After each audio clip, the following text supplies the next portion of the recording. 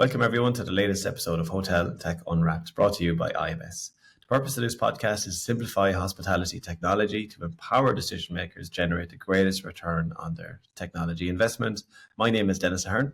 And my name is Helena Brien. And today we bring to you a very special episode. It's an interview with our founder, Shane Hartigan, and the author of The Experience Economy, Mr. Joe Pine. And Joe has been writing about the concept of the experience economy for a long time. So that initial book was released in 1999. He's been teaching now on this concept, the philosophy, the principles for over 20 years. He's now writing his latest book called Transformations, which is going to be the next level up for the experience economy. We're really excited to read that when that gets released. Many of us in IMS have read the experience economy, and we adopt many of the principles and the philosophy every day in terms of how we create experiences for our customers and then how we support our customers to create those experiences for their guests. And it's really then for us guiding how we integrate and position technology to enhance experiences, but not take away from that kind of personal touch, the memorable layers of experiences that can be created by the people in hotels, and getting the balance right as much as we can. So it's a very interesting subject area. I think when you listen to the interview, you really understand where we come from when we talk about experience. It will really provide really useful context for the episode so far in this series, because we've spoken a lot about different aspects of technology and the employee experience and the guest experience. So yeah, really excited about today's one. And what was interesting when I was talking to Helena about this particular episode was just listening really about how Helena in previous experiences has applied many of the principles that Joe teaches. I think before the time of even being exposed to Joe's teachings, you were applying these principles. And I think it would be cool for you to share some of that with our audience, because it's very relevant for the hospitality industry. Yeah, thanks, Denis. So almost 5 years ago, I was employed to take an unknown brand and make it one that basically ultimately became a national brand. And with a team of amazing people, we did that. But what we did was, it was at the time when Instagram was just starting and just kicking off. And we decided we were going to try and make it the most Instagrammable hotel in the country. And it was great. You had lots of influencers coming in. People were taking photographs of the view. They were taking photographs of the gardens. There was experiences, as in paintings and stuff around the property. There was even a little Indian taxi. It was gorgeous. But everything was all to do with creating that Instagrammable moment that people would want to share online, right? So we were theming the property ultimately around Instagram. And what was incredible was it created this huge online reputation for the property that wasn't just focused on your OTAs or your review websites. It was very much like your Instagrams, your Facebooks. You had people telling other people about their experience at this particular property. And it was fantastic. And this was so far ahead of what we see today, right? But I'd never heard of Joseph Pine and the experience economy until I went to college. And he and the book and the principles of the experience economy were referenced quite a lot throughout my 2.5 years in college. And I would like to show, I do have a copy of the book, and I reference it quite often, because the principles are key. And ultimately, one of the first things that I learned was the importance of theming that experience within your property. And we did that unbeknownst to ourselves. We created that experience that people wanted to pay for and experience themselves before I even knew about Joe Pine and the experience economy. We were doing this just to create that very unique style experience in a hotel. Yeah. And we did it. We did it very, very well, but we didn't know that we could have followed these principles. It was obviously a success, and delivered significant business outcomes. And Yeah, this interview will be fascinating for people who haven't heard of Joe yet, and the whole progression of economic value. Like you start with commodities, then you've got goods, services, you've got experiences, and ultimately transformational experiences, which is what his latest book will be about. But what's very interesting as well is this idea of gravity. Even when you get to a point where you are creating an experience, Mm. but it's like, commoditization is like just gravity pulling that experience back into, being a commodity type, um, say, just becomes a commodity again, becomes commoditized. So when you think about the property that you're referencing there, Mm. how many other hotels like copied that pretty, quickly? And Yeah, then how quickly does that become commoditized? And then how do you continue to evolve the experience? And yeah. it's super interesting, and just, I suppose, as a business deciding you are actually in the experience economy, and that's actually one of his biggest Mm. teachings when you talk about hospitality and tourism. That is a massive part of the overall experience economy. It Yeah. is very much an experience um, industry. So I think there's loads to learn in it. I think that um, for us as a business as well, it's very easy as a technology company to decide you're in the service business. Very easy to do that. Mm. We provide goods and services. But for us as well, it's important for us to make that decision that we are actually in the experience economy. And then what does that mean? And it means that we have to partner with our customers to deliver experiences for their guests, because that's ultimately who we serve. But also the interactions and the touch points with our customers needs to be an experience also, and Mm. that we are bringing value to the table, and we try to consult as much as possible, try and share learnings and try and help them to grow their business and get the balance right between like tech, the personal touch, and bring the Mm. overall experience together, which is an ongoing significant challenge. But I think that's loads of context for people. Helena, is there anything else to add before we share the interview between Shane and Joe? For myself personally, I think when you listen to and watch the video and the interview with Joe, um, take note of the three key takeaways. I know everybody always takes different things from these sessions, but I think his three key takeaways are fantastic. Um, but one thing that I always think of when I watch this interview is um, think about what you have in your own home with regards to the guest technology experience, right? So if you're at home, you have great Wi-Fi, casting solutions, streaming services can be availed of, etc. Um, just imagine what it's like at home, and then go into your hotel and see, well, what could I bring from home to create that lovely customized home from home experience for my guests in my hotel? And make a plan. You don't have to do it all at once, but just make a plan. Um, but I think there's some great snippets that people can take from this, where they can make some great changes quite quickly in their property, and they'll recognize what the experiences are that they ultimately offer, and it can enhance some of them as well. They might identify new ones. So it's a great interview, and I'm looking Yeah, forward to hearing everybody's thoughts on it. super. Okay, so we'll hand over to Shane and Joe. And I think actually, just on to add to that point, Helena, there's some amazing practical real life examples that are happening right now in hospitality around all the different things he talks about, like customization, teaming, etc. Yeah, So I hope everyone enjoys it.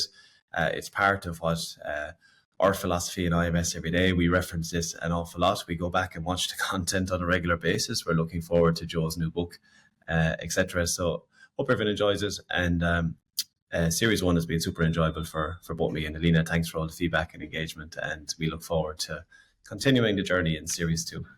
I'm very happy to introduce our keynote speaker, B. Joseph Pine II, an internationally acclaimed author, speaker, and management advisor. Among his many appearances, Joe has spoken at the World Economic Forum in Davos, at TED in California, South by Southwest in Austin, Texas, and the Consumer Electronics Show in Las Vegas. Joe specializes in helping people see the world of business differently through his many groundbreaking books, inspiring speeches, and intensive work with individual clients. He's most well known for his best-selling book, The Experience Economy, which first came out in 1999 and twice has been named one of the 100 best business books of all time. In 2020, The Experience Economy was re-released in hardcover with a new focus on competing for customer time, attention, and money. So, Joe, what is this experience economy? Well, the experience economy is how we've gone from an agrarian economy based off commodities to an industrial economy based off goods to a service economy. And today we're in an experience economy, an economy where what people want are experiences. Experiences are memorable events that engage each individual in an inherently personal way. So the most important thing to understand, Shane, is that experiences are a distinct economic offering, as distinct from services as services are from goods. It's basically when you use goods as props and services as a stage to then engage each person. And that's what creates the memory, which is the hallmark of the experience. Cool. Well, I mean, our audience are involved in hospitality, and where do they sit on this progression of economic value, as you call it? Well, hospitality has always been a large sector of the experience economy. In fact, if you broaden it out to tourism, right? Tourism is not only just the number one experience industry in the world, it's the number one industry in the world of any kind. The World Tourism Organization says that 10% of the world's population is in tourism in some way, shape, or form. And of course, a large measure of that is hospitality. But whether your particular hospitality business is in the experience economy depends on how you treat it, right? If you view yourself as just a service where people are paying for you to prepare a room and make the beds and put amenities in the shower room and check you in, right? Well, that's just a mere service. But if you design your place, right, to be architecturally interesting, to be engaging, to be immersive, if you train your people to act on your stage, if you engage them with a level of customization, for example, where you know who they are, you learn their names, you know what they desire, then all those things shift you from a mere service into an engaging experience. Right. Okay. So like, what should hotels and other hospitality companies, like service departments, co-living, what should they do because of this shift into the experience economy? How do they? What's the next steps for them? Well, so the first thing is to recognize, ask yourself, what business am I really in? Right. And recognize that you are in the experience business, right? If you state that, if you make that part of your the DNA of your company, then that alone will go a long way. Now, recognize that experiences are built on top of services, just as services are built on top of goods and goods made out of commodities. So you want to make the service aspects to go smoothly. You don't want to have a huge line at check-in. You don't want people to have to wait for things. You don't want a dirty room and so on and so forth. So first of all, get all those service aspects well. Then on top of that, you can build that engaging experience. And so one of the number one things that I alluded to just a minute ago is that in the experience economy, work is theater. Right, work is theater. It's not a metaphor. I don't mean work as theater. I literally mean work is theater. That when you and your workers are in front of guests, right, and that's another thing is they're guests. Don't call them customers. Don't call them clients. They're guests, right? That's what hospitality is, right? When you're in front of guests, you are on stage, and you need to act in a way that engages the audience. So you need to direct your workers to act. You need to give them roles to play. You need to help them characterize those roles, and then again, perform them on your business stage. Another key aspect is theming, right? Is that all experiences need a great theme. Often theming has a bad name because we think of fantasy environments like a theme park, or we think of in-your-face theming like a themed restaurant. But theming can be much more subtle than that. And I'll give you one example. My favorite example of theming is the Library Hotel in New York City. It's where I go to whenever I go to New York. If I have the opportunity to choose my own hotel, as I go to the Library Hotel, and you think that okay, that's its theme, like a theme restaurant, but no, but the theme's a little more subtle than that. The theme of the Library Hotel is Dewey Decimal System. Right, Dewey Decimal System is the classification system for libraries, and so you walk in there knowing the theme's Dewey Decimal System. What do you expect to see at registration? Right, well, it's a card catalog behind them. There's little bookmarks laying out there, And when you check in, you get your key packet. Your key packet is a tiny little book of sayings about libraries, so that you get into that. And then it's a boutique hotel, 10 floors, 6 rooms in every floor, and every floor is a different classification in the Dewey Decimal System. Right? There's an art floor, there's a science floor, there's a technology floor, there's a social sciences floor, and so on and so forth. And so when you go there, you get to your room. It's a different sub classification of the Dewey Decimal System. So every single room is different. So how many times do you have to go to experience it all? So come up with a theme, whether it encompasses, like I call it, like a meta theme, because every room then is themed. But what is your theme? What is it? And simply your organizing principle. What's your organizing principle for the experience that you have? And then another key aspect I would say is customization again. Customization is a route up what I call this progression of economic value. That customization automatically turns goods into services and services into experiences.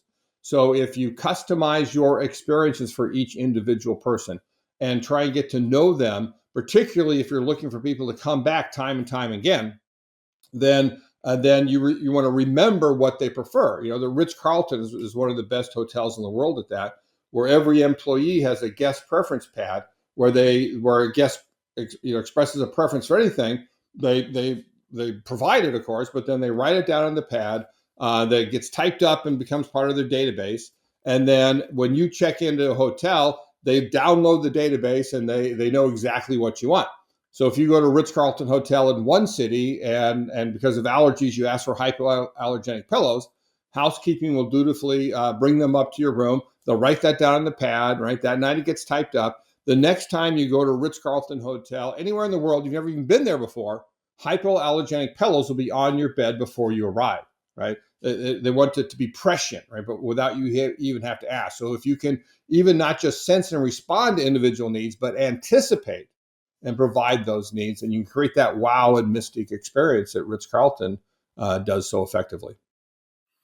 Well, I mean, that's fascinating. I mean, like, obviously there's a role for technology in this level of customization, particularly artificial intelligence. That's something that is now the boom word, and has a role to be able to deal with the volumes of data that's involved, and taking, obviously it's the more that the systems do, the less costs there are for the properties and for the operators of the hotels.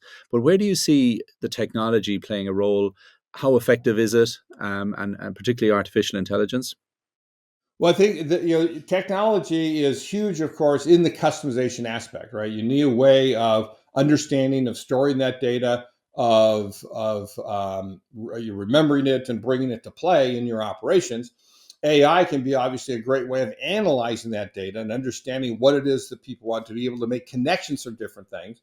One of the key things to understand also is that just because I want it one way one time doesn't mean I wanted it the same way a different time.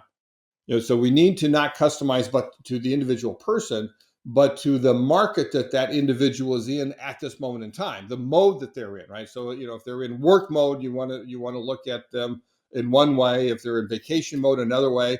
When I travel and I go on a business trip, I want one thing from my airline, from my rental car, from my restaurants, from my hotel.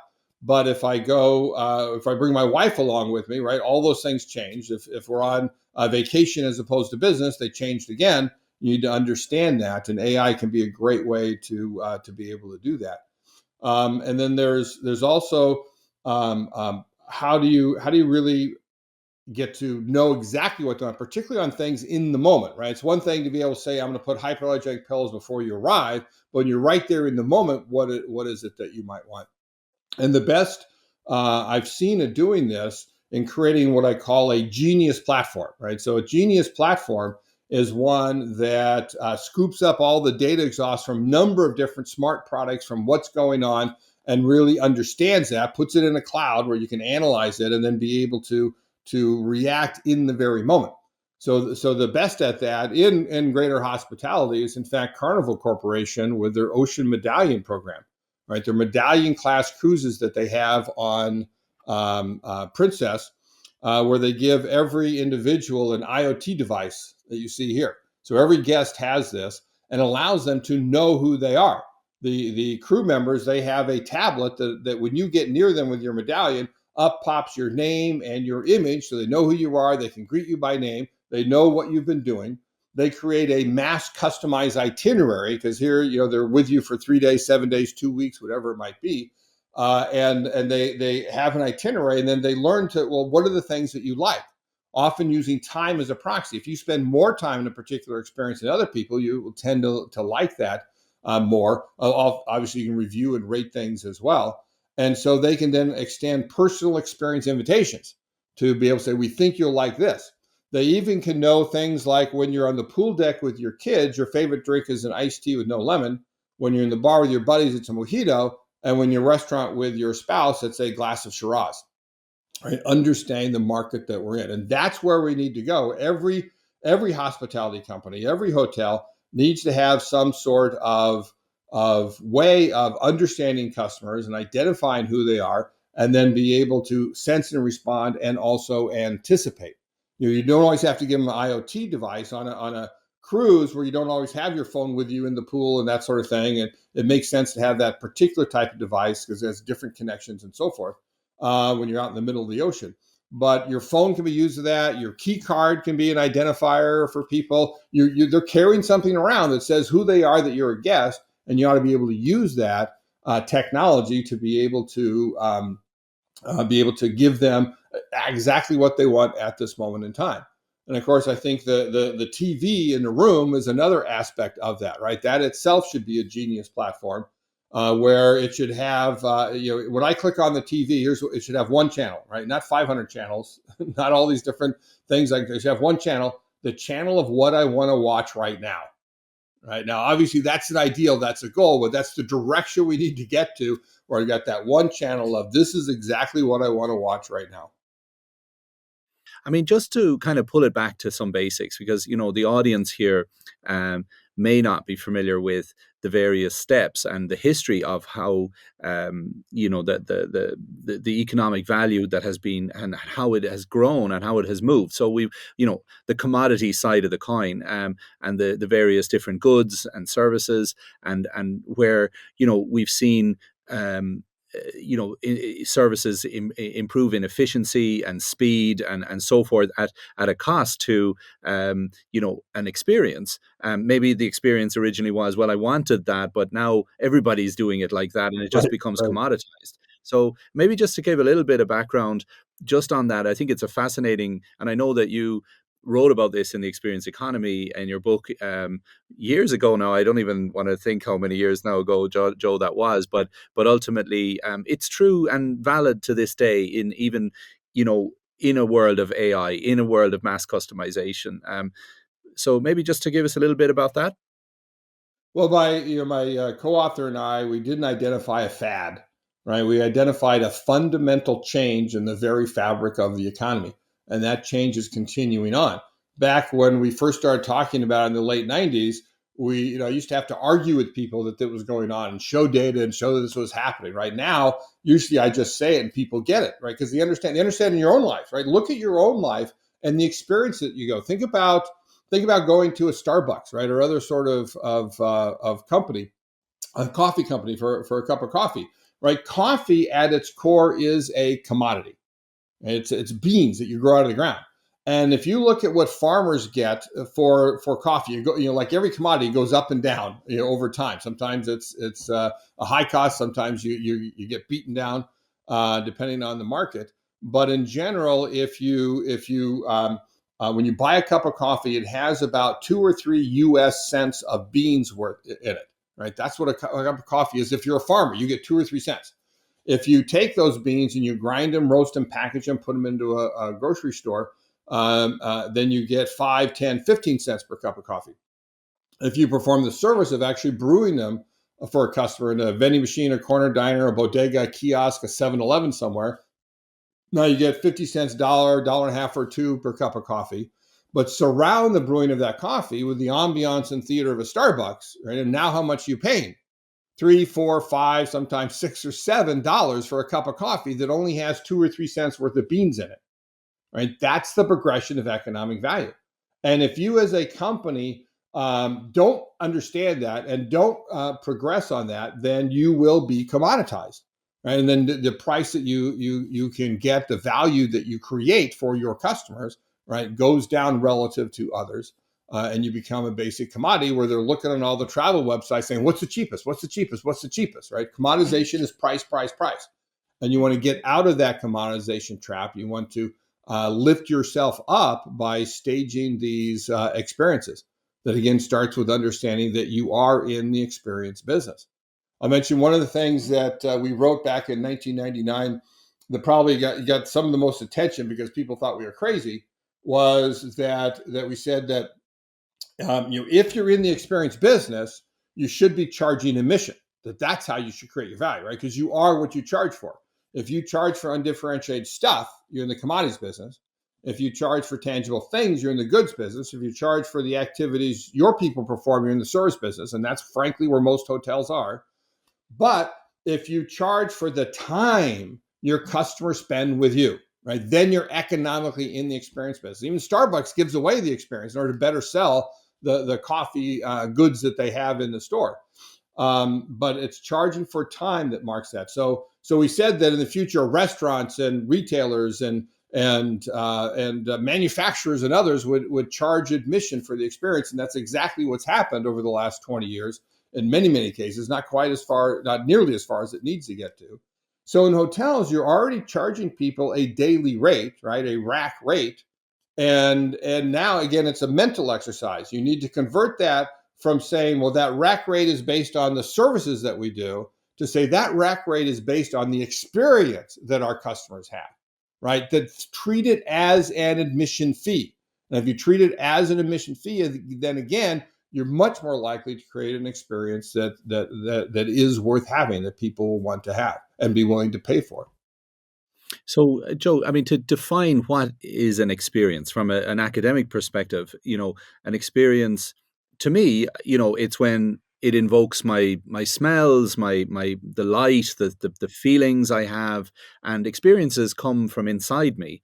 Maybe just talk a little bit about that. What is that? How does that work? Right, that's exactly right, Shane. So I'll do it this way. If look at we've got tables in the book to talk about this, but look at the economic distinctions between each one of them. Right, goods. I'll forget about commodities for the moment because they're all about the same. Right, so goods are tangible; they're physical, tangible things. Services are intangible, the activities we do, and then experiences, as you say, are memorable. They're memorable. If you did not create a memory, then you didn't have an experience. So tangible, intangible, memorable. Goods are also standardized. They're done for for the same thing for everybody.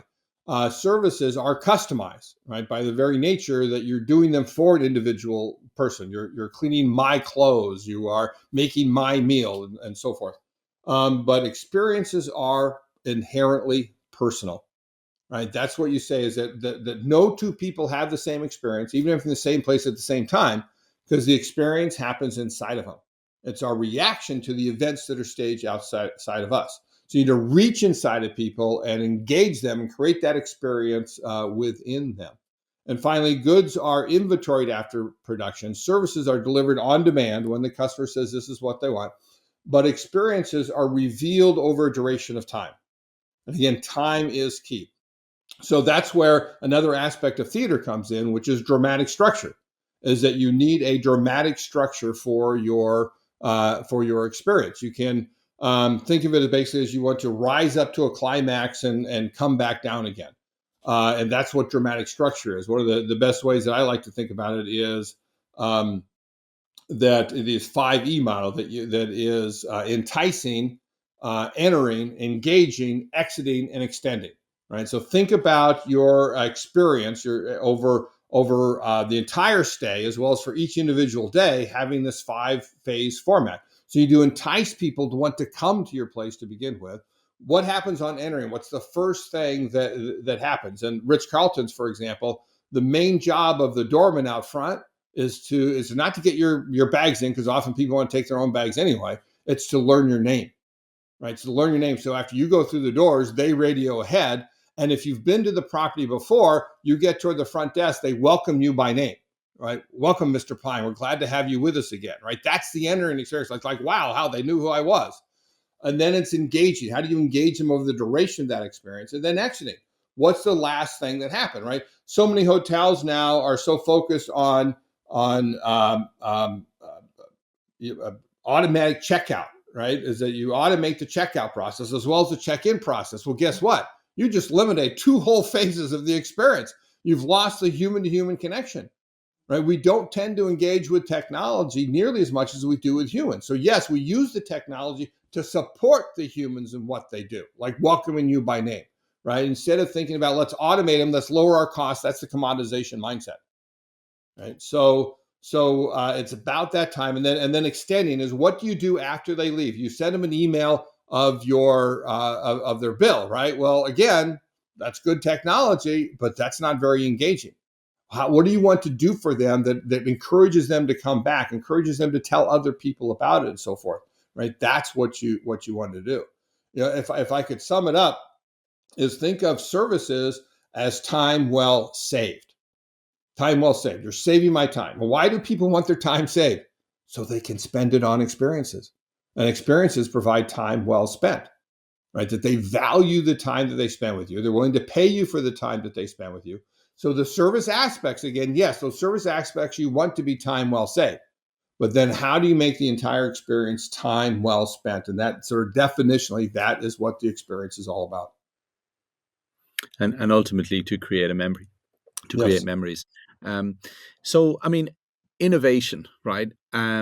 Everything that, for example, the audience, service departments, later living, shared living, co-living, these sectors of hospitality, these are innovations these products probably didn't exist with those names, are quite new names in modern modern discussions around hospitality. What type of innovation should these companies be looking at to create experiences? So take, for example, later living, right? I think the days of going into a nursing home and being locked away and, a little small box room and, these aren't acceptable to anybody, right? They probably shouldn't have been there in the years ago either, but they were. So we've got to innovate in these spaces. And where do these companies, where should they look at? Where do they start? And how do they analyze this? Yeah. I know that personally because my wife and I 3 years ago bought this house, and 2 characteristics that we wanted. One was a lake. So over here we've got a beautiful lake. I can look down. A lot of mornings I'm spending out on the deck, and I'm filming all the hummingbirds and the geese and the sandhill cranes and all these things, and sending them to my kids and grandkids. And the other one was main floor living, right? Why? Because we want to avoid nursing homes at all costs, right? We even assisted living. We we want main floor living. All the doors are big enough to get wheelchairs through. The shower has handicap stalls and roll up and all those sorts of things.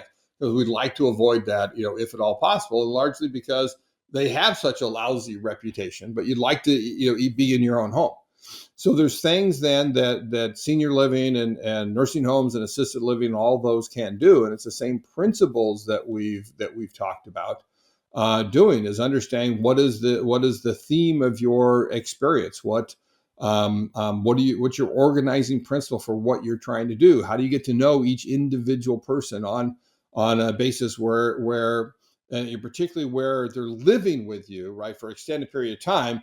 Right, you want to know them individually. Every person should know everyone else. What can you customize? How can you make it feel like home? And we talk about memory again as that hallmark of the experience, right? As some people start to lose their memory, then what are the things you can do to be able to slow down that process, to spark memories within them? And there's been a lot of research done on that. I know several places in the U.S. and in Europe where they create and an environment is basically themed after when these people were in their prime, right? They'll go back 20, 30, 40, 50 years ago, and you have now areas where you're going to, and things, even like a post office and a bank that you can go to be able to spark those memories and help people, relive those times in their lives. So it's all about thinking about the experience as opposed to just the activities of, we got to feed them 3 square meals. We got to make sure they take their meds. We got to make sure they're sleeping well and so forth. Right. Yes. But let me add one more aspect on top of that. Right. So we talked about this progression of economic value, but there's one more economic offering. That's because experiences can be commoditized as well. Right. If you go to an experience and the second time you go will tend to not be as good as the first, the third time not as good as that. And you got customers saying, been there, done that. I don't know if you have that phrase in Ireland like we do in the US. Yeah, been there, done that. It's the hallmark of a commoditized experience. So think about this heuristic where customization is the antidote to commoditization. Commoditization is like the law of gravity. It just drags you down year after year after year. If you do nothing else, you will be commoditized. Customization lifts you up. You cannot help be differentiated if you're doing things individually for each person. So what happens when you customize an experience? When you design an experience that's so appropriate for this particular person, exactly the experience that they need at this moment in time, then you can't help but turn to what we often call a life-transforming experience.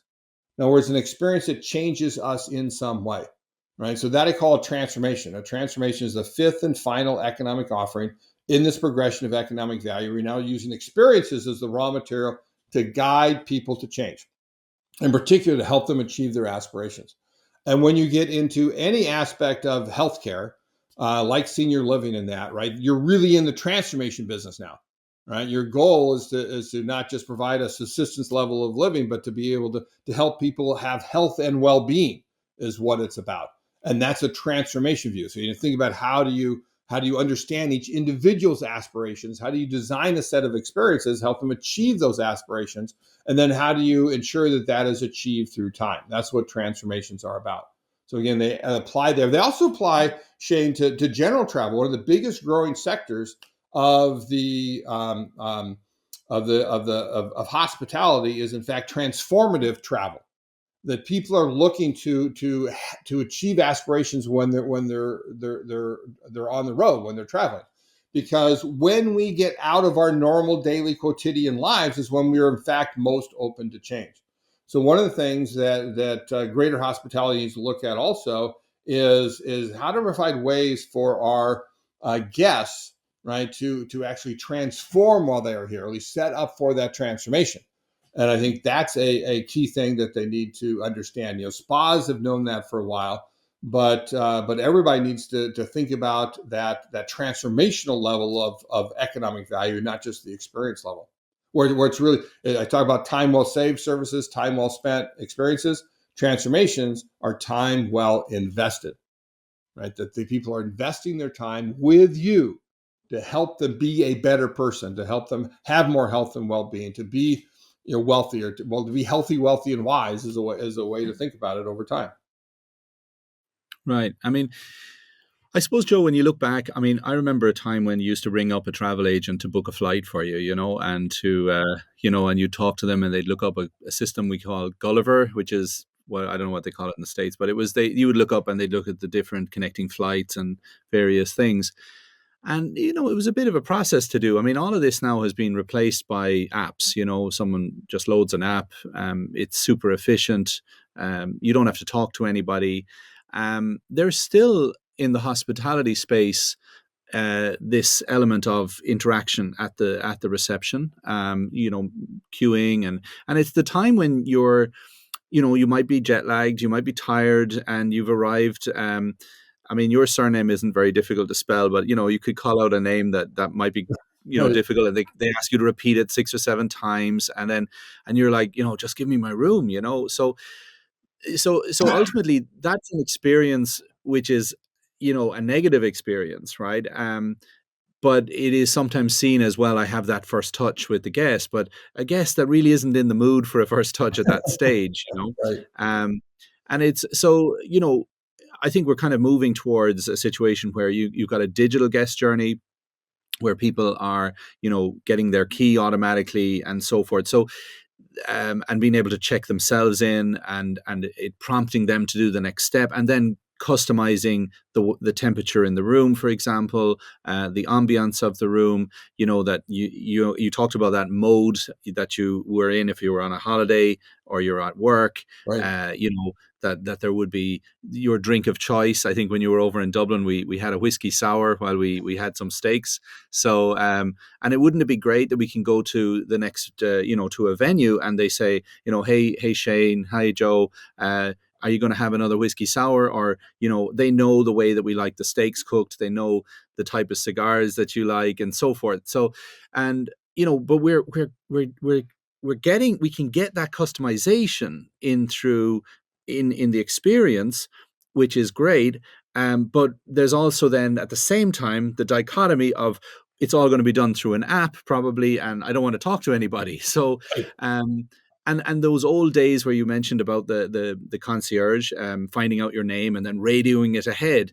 I mean, when you think about an app, it's already knows everything about you, and it's already communicated that because the minute you've come within range of the property, it's communicating it. So, I mean, the same principles apply, and but it's a new world, and I guess there's new challenges and people trying to learn that and understand it and try to apply that innovation in the correct measure, because technology for the sake of technology is just no use at all to anybody. It's Exactly. it's often being used as a gimmick. So I mean, in terms of your thoughts around, say, for example, the digital guest experience and how that will change the way guests, they can't remember when you used a travel agent before. So it's going to be like that, I think, in the future, where we can't remember what receptionists are, or maybe that's too dramatic. But what are your thoughts around that? Yeah, it's funny you mention that because I've spent a lot of time on the phone the last week with travel agents with a hairy around the world trip with multiple destinations and everything. It's like I do not want to try and do this on my own, and particularly since I know they could probably find better fares than I can. But yeah, you know this better than I do, Shane. But you just need to look at how you combine. How do you get the best of both worlds of the technology that you can provide? And there's just amazing things that it can do, and the human to human interaction that people often crave as well, but not all the time, right? As you said, and to be able can I don't know if you had the show over there, Lie to Me. Was about a guy who could read people's faces and emotions, right? And he could look in a queue of people and he could see which ones were ones that wanted to be in a hurry, which ones you could take your time with, and that sort of thing. And that's something that we can help train our staff to do, to recognize by looking at somebody's demeanor, hopefully by knowing who they are. If the geolocation allows them to identify them before you see them, you actually can look things up and so forth, then you might be able to know something about them in terms of how to treat them. And again, it may be different at different times. Like you said, you just get off a flight, you're tired, you're harried, you want to just get to bed. All right, let's be quick about this. But maybe when they're leaving and they've got more time, then you can spend more time and so forth. So it's reading people, understanding what they want, and getting the best of both the technology that allows us to give them exactly what they want in so many ways, as well as the human to human interaction of how we treat people. And always remember again that they're guests, right? The thing about guest comes from the same root Germanic word as host does, right? They're the same word. They're almost literally two sides of the same coin, right? That's a metaphor, but they're metaphorically two sides of the same coin. Guests imply a host. You are hosting the experience, and that's one of the things you want. I can remember this was 25 years ago when 3D was finally coming back again, where you had real goggles that we're looking at. And I went to see the first 3D show that came out at Lincoln Center in New York City, one of the huge old palace theaters. I mean, it looked like it fit 800 people in there. And before the show started, somebody came out on the balcony and introduced the show, told us how to use our glasses, what to do with them when we were done with them. And the show ended. And I'm a guy, I always stay for the credits. I always want to see that dramatist persona who contributed this film. And but everybody else did too. I mean, everybody. And I'm trying to figure out why in the world is everybody staying for the credits? It's not even in 3D anymore, right? You can take off your glasses. And finally, I realized because it was hosted. Right? You go to a party, you're the guest, you don't leave without saying goodbye to the host. And sure enough, when the credits were done, the host came out, thanked us, told us what again to do, and we wanted that time. We stayed for that time because of understanding that guest host dynamic, right? So if you can create that dynamic, also you're going to create more engagement with your guests, where they feel like you are in fact the host, not one individual person, but everybody you encounter, no matter where they are on the staff, whether in the front desk, whether they're in housekeeping, whether they're in janitorial staff, whatever it is, right? You are the host of that experience. And if you play that role, I think you'll gain much more value in engagement, in memory, and in returning guests. That is really cool. I mean, Joe, I guess we're coming to the end of our chat, and I would just like to ask you, three things that you could let our audience know, or that point them in the right direction with this stuff. 3 points around the whole experience economy, where you see this going, and what's the most important things they can do right now. Right. So I mean, I'll cap it up sort of as a summary of what I've talked about, but recognize, number one, that we're in an experience economy. So that if you do nothing else, right? I mean, hospitality has always been about the experience, but everybody else is in the experience economy. If you do nothing else, you will be commoditized, right? So to get out of the commoditization trap, recognize you're in the experience business. Let everybody know that you're in the experience business. Recognize what that means, what it entails, how you create great experiences. And then thirdly, focus on those aspects that I talked about theming, about directing workers to act and having dramatic structure, and about even going beyond to transformative, because that will distinguish you from most all of your competitors if you think transformationally as well, and about using technology, right? Use the technology particularly to customize to individual people. Don't think of it as just we're going to automate our people, right? As a cost saving, right? You're commoditizing yourself if that's your thinking. But if you're thinking, I'm going to use the technology to add value, I'm going to use the technology to be able to create a greater experience for customers. I'm going to use the technology to let my people create greater value for customers and have better interactions with those customers. I'm going to use the technology to create a relationship with my guests so that I learn more about them with every visit, and every time they come, I can do more for them, and so they want to come back to me again. Right? That's how to think about technology today in hospitality. Joe, that's fascinating. Thank you so much for your time and your insight. I think all our guests will appreciate your words, and yeah, it was. I always find your books extremely interesting, particularly the new roles of virtualization and how we're looking at different types of augmented reality and virtual reality and extended reality. And I mean, it's a conversation for another time, but ultimately the key pieces there, great stuff. And look, we look forward to maybe chatting with you again in the future at another one of our events. So, all right. Thank you, Shane. Thank you, it's Joe. a pleasure. And I'll always remember that dinner we had in Dublin with the steaks, the whiskey sour, and the cigars afterward. So I look forward to another opportunity.